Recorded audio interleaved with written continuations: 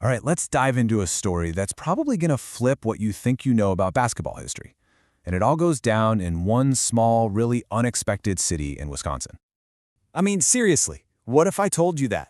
I know, it sounds kind of nuts. Your mind immediately goes to the coasts, the huge media markets, right?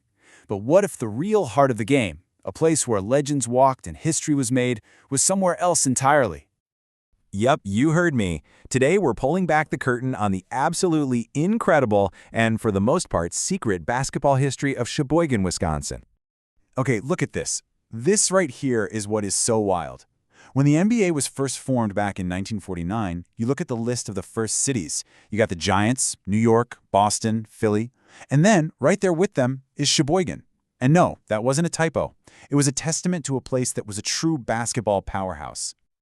So how on earth did this happen? Well, it all starts with the city's pro team, a legitimate group of basketball pioneers.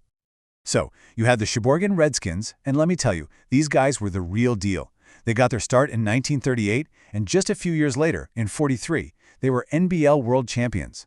When the NBA came into being, they were right there in the mix, and they even beat the legendary George Mikan and the Minneapolis Lakers in their one and only NBA season. But their time at the top was cut short, and the way they got pushed out was, well, let's just say it was really controversial. And see, this wasn't about talent. It was all about geography. The big city owners in places like New York and Philly, they just didn't like making the trip to small town Sheboygan. It was inconvenient. So, in a move that people there still talk about as a total betrayal, they basically forced the Redskins out of the league. It's a classic David versus Goliath story, only this time, Goliath won. But here's the thing. That incredible citywide passion for basketball, it didn't just vanish when the pros left. No way. It got channeled, it got focused, and it got poured into the local high school rivalries. And this was their temple, the Armory. The North versus South high school games here were like a full-blown civil war. I mean, can you just imagine it? Over 3,000 screaming fans packed into a deafening arena for a high school game? The atmosphere was just electric. It was a true cathedral of hoops. And all that passion, it showed up on the court. Big time. Just look at this period of pure dominance. Sheboygan County didn't just get good, it practically owned Wisconsin high school basketball, cranking out champions in every single division. The mid-'80s were just a golden era. And get this, in 1986, both Sheboygan North and Oostburg won state titles in their divisions. That is just incredible. And this isn't just some ancient history either. That championship DNA is still very much alive. Fast forward to 2012, you've got Sam Decker, who you might know from the University of Wisconsin and the NBA, hitting this absolute miracle buzzer beater to win a state title. A shot so good it made ESPN's top 10.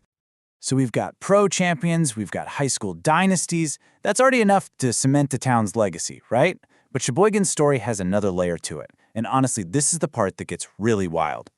What if this small town on the coast of Lake Michigan was actually a quiet crossroads for some of the most iconic names in the history of sports? That's right, the Harlem Globetrotters. And we're not talking about the showmen they became later on. Back then, they were a serious competitive barnstorming team.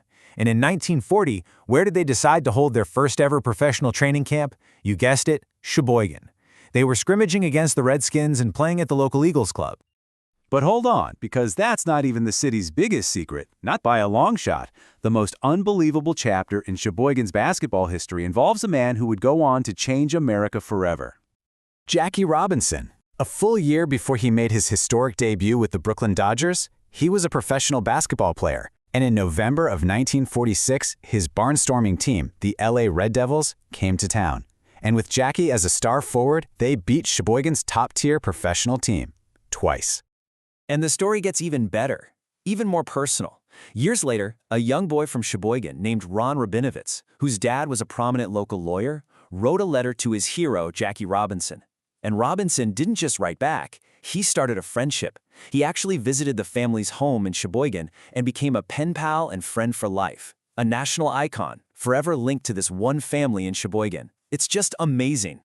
So when you step back and you put it all together, the pros, the high school championships, the Globetrotters, Jackie Robinson, you realize this isn't just a collection of trivia.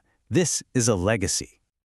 And kind of poignantly, the Armory, That physical cathedral where so much of this history actually happened was demolished in 2020. The building that hosted the Redskins, the high school wars, and countless legendary games, it's gone now. But here's the thing about a legacy like this. It's not just about brick and mortar. The stories, they live on. They prove that greatness in sports isn't just for the coasts or the major media markets. A small town can forge a history that rivals any giant. And that really leaves you with one last thought, doesn't it? Sheboygan's incredible story was just hiding there in plain sight. It kind of makes you wonder, what incredible stories, what forgotten legends are just waiting to be uncovered right in your own backyard?